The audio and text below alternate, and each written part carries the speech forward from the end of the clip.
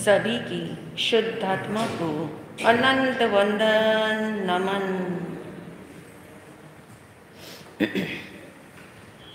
बहुत ध्यान से आप लोग हरिकेशी मुनि की कथा सुन रहे थे और उसी कथा को घुमाते हुए सुख का पासवर्ड कैसे मिलता है, और वो पासवर्ड शब्द से ही हमें पासवर्ड मिलेगा, क्योंकि सुख मेरे भीतर है। सुख दाता कोई मिलने वाला नहीं है, सुख मैं बाहर से प्राप्त कर सकता नहीं हूँ। ये सब निर्णय हमारे अच्छे से क्लियर हो गए। तो अब जो है आपके सामने एक छोटा सा टेस्ट है, क्योंकि क्या क्या समझा, हरिकेशी मुनि की कथा को सुना अभी तो सब कुछ फ्रेश है।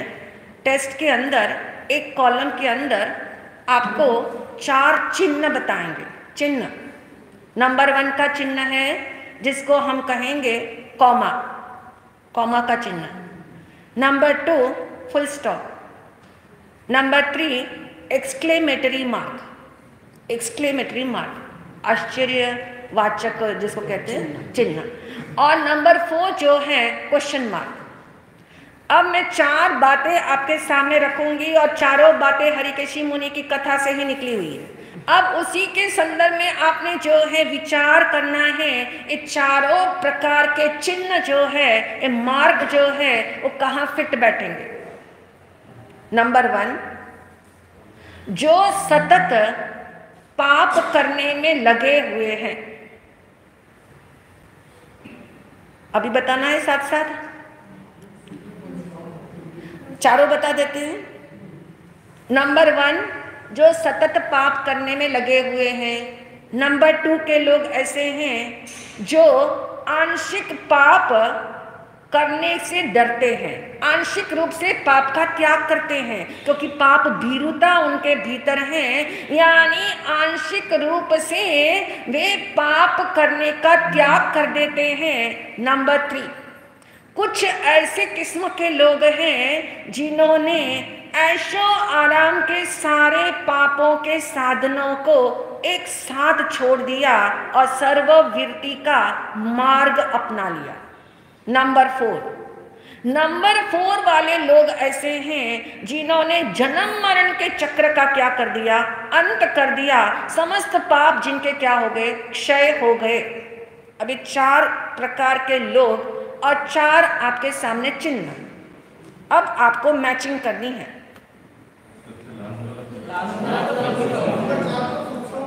एक एक कोई बताए पहले। नंबर 4 का फुल स्टॉप, बहुत इजी है। फुल स्टॉप लगाने के लिए तो सारी झंझटें हैं, फुल स्टॉप ही नहीं लगता। फुल स्टॉप नहीं लगता, जन्म के बाद फिर नया जन्म, जन्म के बाद फिर वापस नया जन्म, यानी जन्म के बाद जो जन्म मिलता है ऐसा फुल स्टॉप लगे कि जो जन्म एक बार ऐसा मिले जिसके बाद दोबारा कोई जन्म ना मिले, उसका नाम फुल स्टॉप है। Number 2 very correct. और कौन बताएगा?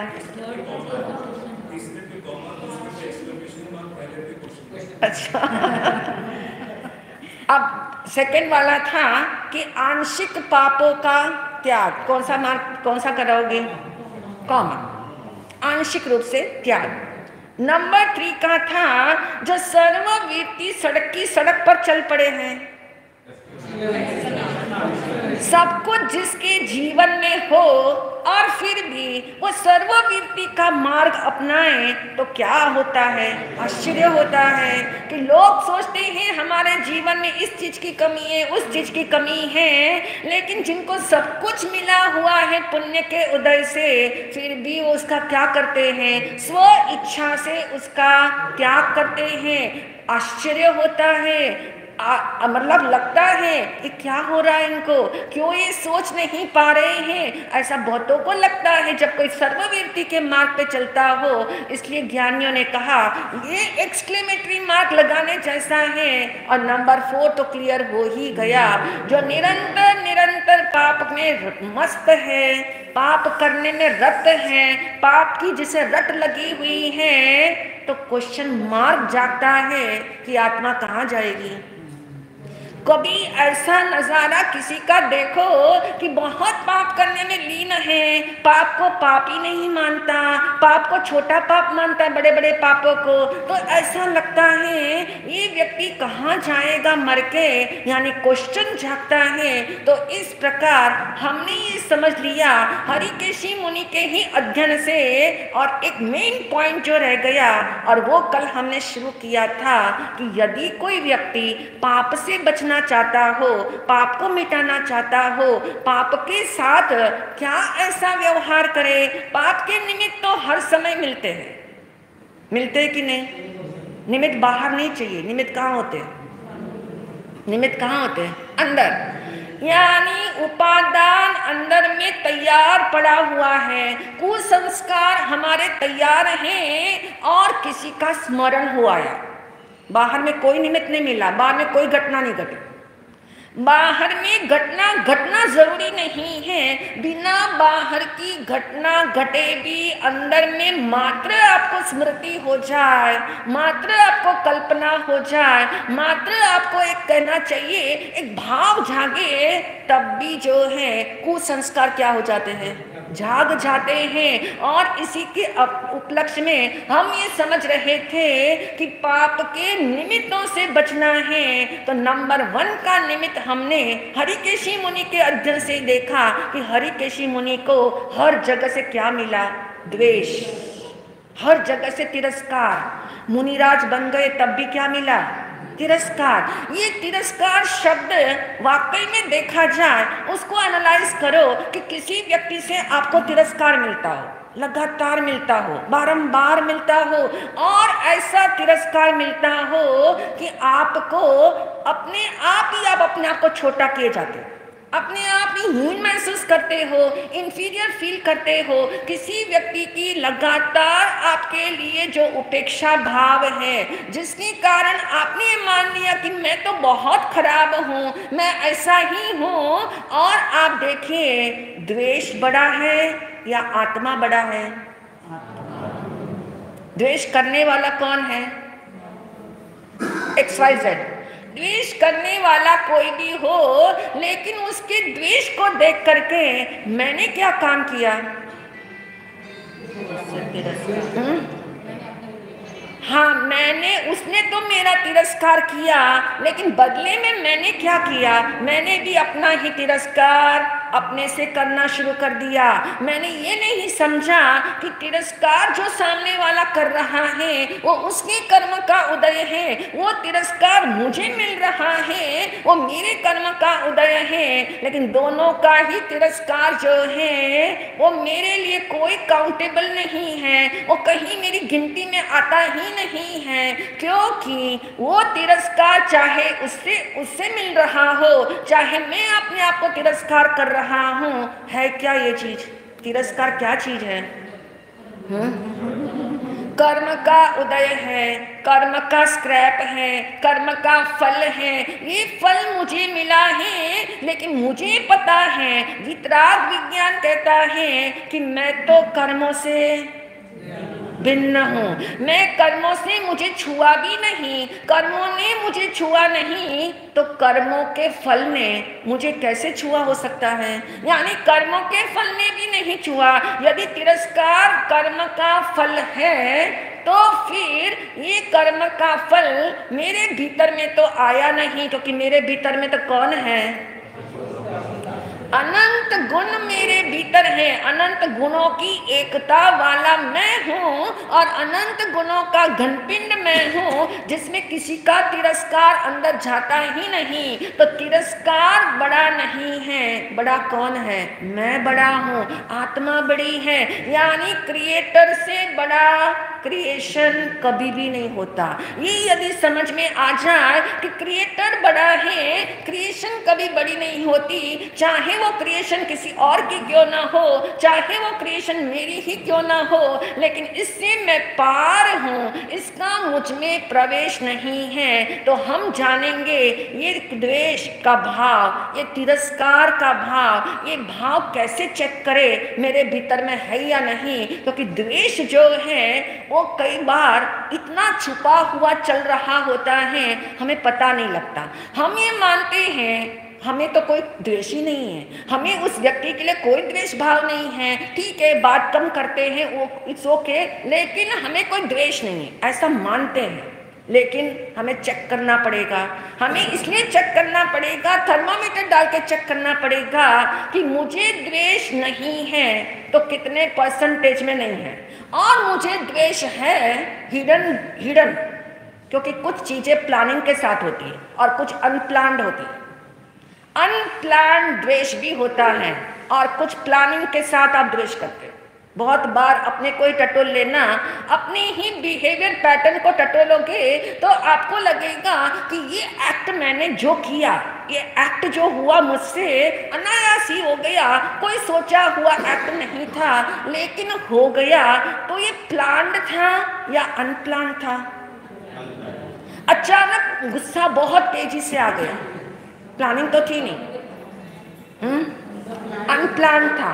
और कई बार हम प्लानिंग के साथ करते हैं, प्लान अप अच्छे से करते हैं, यानी किसी को समझ में ना आए कि मेरा द्वेष है तो क्या द्वेष है तो द्वेष, लेकिन फिर भी बहुत सुंदरता से शब्दों के परिधान पहना के, मीठे शब्दों का परिधान पहना करके वो द्वेष हम एग्जिबिट करते हैं। लेकिन कोई व्यक्ति यदि प्रज्ञाशील हो और स्वयं भी उस समय जागृति आ जाए स्वयं को भी, तो उसे समझ आ जाता है ये प्लानिंग के साथ ये द्वेष एग्जिबिट हो रहा है। तो अब हमें जानना ये है नंबर 1 का पॉइंट कि हमारे थर्मामीटर के अंदर कैसे चेक करें कि मेरे भीतर में किसी के प्रति द्वेष है, वो फर्स्ट लेवल का द्वेष है।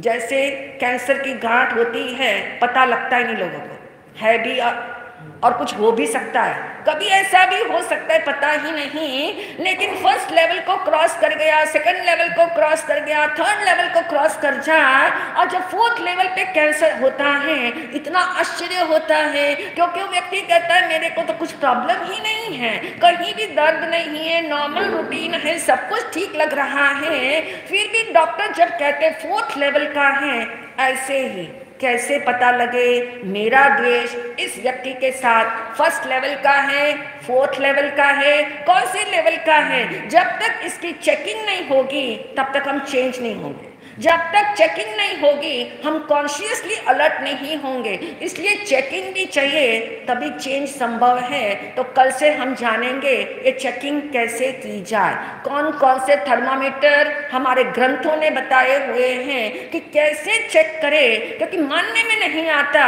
कि मुझे इस व्यक्ति से द्वेष है, मुझे इस व्यक्ति से घृणा है, इस व्यक्ति की कोई बात मुझे सुहाती नहीं है, इस व्यक्ति का चाल ढाल मुझे अच्छा नहीं लगता, इस व्यक्ति के रहन सहन में मुझे प्रॉब्लम है, इस व्यक्ति के साथ जो है उसकी विचार शैली और उसकी आचार शैली मुझसे कभी मैच नहीं होगी, ऐसा हम मानते हैं। इसका मतलब कहीं ना कहीं से आपके भीतर में जो द्वेष का कुसंस्कार है वो क्या है, वो हिडन वाला जो है सरफेस पे आ गया है, वो हिडन नहीं रहा, वो सरफेस पे आने लगा है, क्योंकि नंबर 1 का थर्मामीटर बताया फर्स्ट लेवल का कि हम जब किसी से घृणा करते हैं हम नंबर 1 पे इग्नोर करते हैं। क्या करते हैं? इग्नोर। इग्नोर का मतलब अच्छे से जानते हैं, अवहेलना, अवमूल्यन, उपेक्षा, अपमान, और हम मानते हैं उसकी तरफ से कोई भी बात आती है तो हमें लगता है इस बात में दम नहीं है, इस बात में दम नहीं है, ये बात वैसी है, ये कोई निश्चित रूप से इसका कोई ना कोई षड्यंत्र है, यानी और कोई बात नहीं। हम नंबर 1 पे वो एग्जिस्ट कर रहा है, उसके अस्तित्व को, उसके व्यक्तित्व को, उसके विचारों को हम क्या करते हैं, उपेक्षा करना शुरू करते हैं। तो नंबर 1 का पॉइंट है, जब आपको लगे मैं किसी की उपेक्षा डायरेक्टली या इनडायरेक्टली कर रहा हूं, तो समझ लेना कि मेरे भीतर में द्वेष भाव उस व्यक्ति के प्रति है।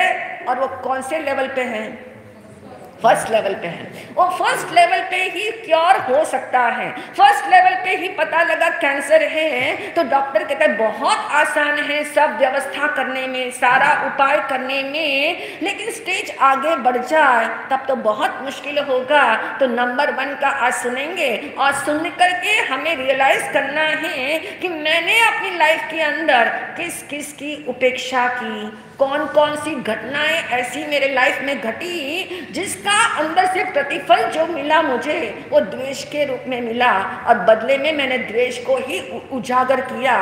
तो ये सब चेकिंग करने से पाप के निमित्तों से हम बच सकते हैं, पाप विराम हो सकता है, सुख का पासवर्ड मिलने के लिए हम अधिकारी हो सकते हैं। इन्हीं भावों के साथ ओम।